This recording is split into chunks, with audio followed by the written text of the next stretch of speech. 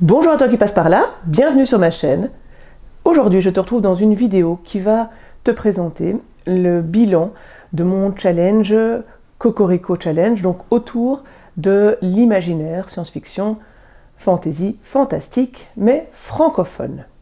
C'est un challenge qui s'est déroulé du 1er septembre jusqu'au 30 novembre et il a été organisé par la chaîne de Plop, la chaîne de Lucie Alu, et c'est l'ancien challenge qui est organisé par Camelot Magicadou. Voilà, tu retrouves évidemment toutes les différentes informations sur leur chaîne, le détail des menus, le détail des catégories aussi.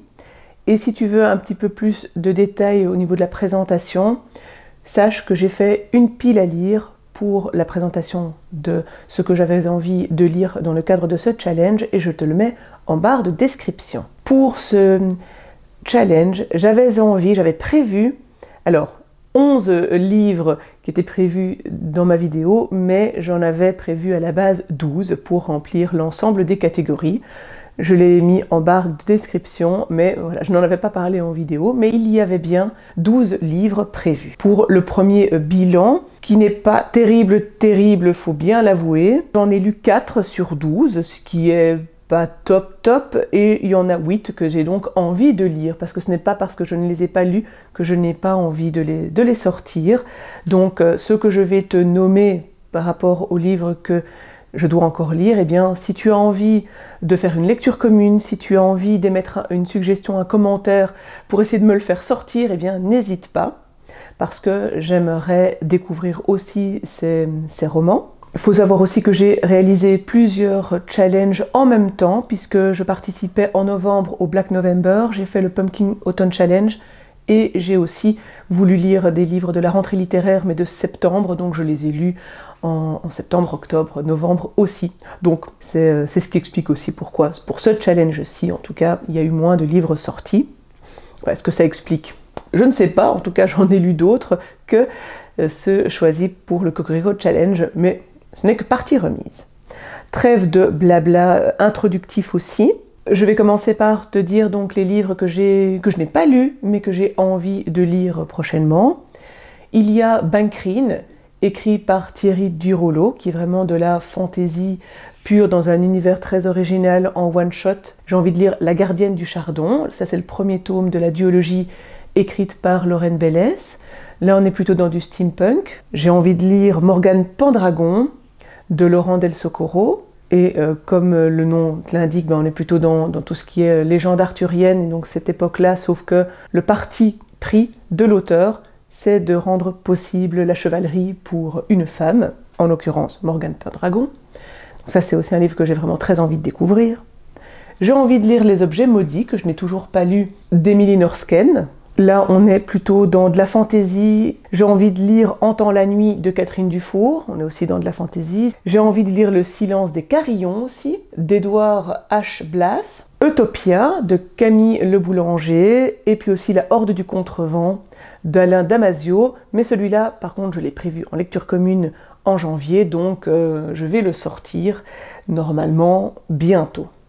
Donc voilà, si l'un de ces titres te donne envie, que tu as envie de faire une lecture commune, eh bien évidemment, n'hésite pas à te manifester, et si tu le connais et que tu peux donner des petits avis, ça va m'aider à le sortir, même si j'ai moi-même envie de les lire. J'en ai lu donc 4. Le premier que j'ai lu, c'est Gaïa, qui a été écrit par Yannick Monget. C'est un livre que j'aimais sur papier en théorie, parce que les thématiques me donnaient envie. J'en ai parlé évidemment à chaque fois en topo lecture, donc je ne vais pas m'appesantir ici, et je ne vais pas non plus faire un top, parce que je n'en ai lu que 4, et globalement j'étais assez mitigée. Pour Gaïa, donc, l'histoire c'est que la nature se révolte, et qu'à un moment donné, il y a un basculement qui fait que les hommes se retrouvent en danger, parce que la nature se rebelle. Et j'ai moins aimé, parce que j'ai moins adhéré au style, j'ai moins aimé évidemment à l'histoire, j'ai trouvé que c'était parfois un petit peu trop gros et avec un petit peu trop d'action. Donc je n'ai pas su rentrer dedans parce que je trouvais ça un peu trop en décalage avec quelque chose de réel, voilà. J'ai lu Seconde Humanité d'Adrien Mangold. Là, j'ai trouvé que l'écriture était vraiment chouette et l'histoire était intéressante. Ça raconte au moment présent alors l'histoire d'un virus qui s'échappe d'un laboratoire, et donc les scientifiques qui sont en charge et qui ont le laboratoire sous leur responsabilité, ils doivent trouver une solution. Tout ce passage-là, j'adorais. On apprend qu'ils sont dans une société qui s'est reconstruite suite à un événement. On nous donne quelques éléments de réponse, et l'auteur prend la décision, prend le parti également, de nous raconter ce qui s'est passé dans le passé, et ce passage prend quand même pas mal de temps et pas mal de pages par rapport au roman. Et là, j'ai trouvé que finalement c'était moins haletant et moins intéressant que la partie centrée sur le présent, et c'était donc bien dommage parce que j'aimais beaucoup, et j'aime beaucoup la manière dont c'est écrit, mais je trouvais que il y avait peu d'intérêt à revenir sur ce passé, sachant que quelques éléments étaient donnés et que on laissait le lecteur sur quelque chose d'assez haletant et d'assez prenant. Et donc, on a passé un peu trop de temps à comprendre ce qui s'est passé dans le passé. Voilà un peu le reproche que j'avais pour Seconde Humanité, qui était de la science-fiction, anticipation franchement assez chouette. J'ai lu Le Satellite de l'Amande, écrit par Françoise Daubonne. Là aussi, on est sur de la science-fiction, j'ai envie de dire peut-être dystopique, parce que c'est un autre monde. Alors on est aussi sur d'autres planètes, donc il y a un peu de space opéra. Voilà, bon, peu importe, hein, ça doit être sans doute à la croisée des genres, et le qualifier n'est finalement pas très important. En tout cas, pour ce qui est de l'histoire, on accompagne toute une exploration, enfin toute une troupe d'exploration. Ce sont des femmes qui explorent une planète. On explore avec elles ce nouveau monde, et donc on apprend les différents dangers qui peuvent émerger de cette planète.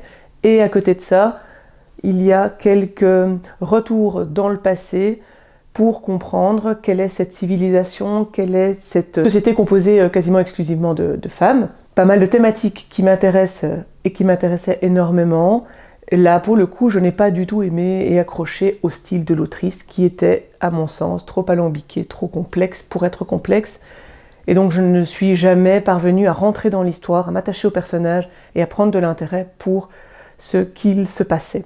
Voilà, ça c'est mon ressenti et l'impact qu'a eu ce livre sur moi. Malheureusement, ça n'a pas été concluant.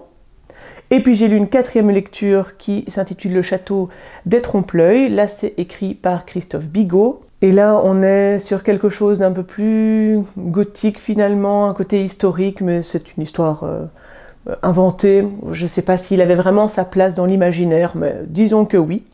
L'histoire là, c'est un homme qui doit se rendre dans un château pour réaliser avec la baronne différents inventaires.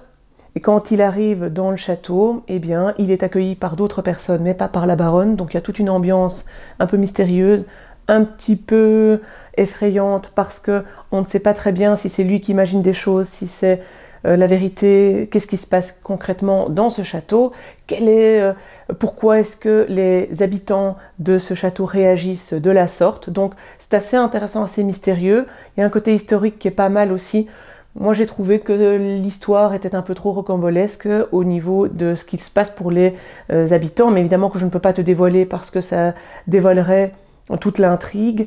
Donc je reste évidemment très vague, mais ça m'a moins plu, et j'ai trouvé qu'il y avait aussi certaines scènes qui n'avaient pas lieu d'être et qui rendaient parfois le tout un peu ridicule, alors que j'ai trouvé que l'écriture était vraiment très très très belle, très très pointue.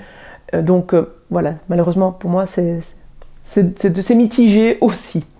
Donc voilà, c'est un bilan qui n'est pas terrible en termes de plaisir de lire, j'ai envie de dire, désolé, mais voilà, si je dois faire un bilan de ce Cocorico Challenge, je n'ai peut-être pas sorti en premier ceux qui m'ont le plus, ou qui auraient pu me plaire et me toucher le plus. Donc parfois on fait des mauvaises pioches, mais comme je le dis à chaque fois, j'aime la découverte d'un auteur, la découverte d'un livre, et puis me dire aussi ce que j'ai apprécié, pourquoi, ce que j'ai moins aimé, pourquoi.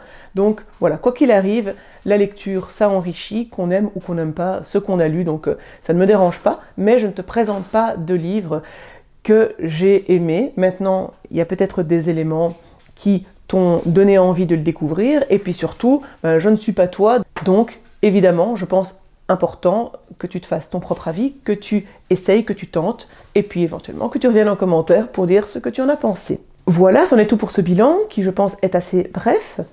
Si toi aussi tu as réalisé le challenge, ben voilà, quel a été ton bilan? Est-ce que globalement tu es content? Est-ce que tu as pu sortir les livres que tu avais envie? Et même si tu ne fais pas, que tu n'as pas fait ce challenge, est-ce que tu as lu des livres de l'imaginaire francophone? Je serais intéressée de le savoir. Je te dis à très bientôt pour une autre vidéo. Et puis aussi, évidemment et surtout, que le plaisir de lire soit avec toi.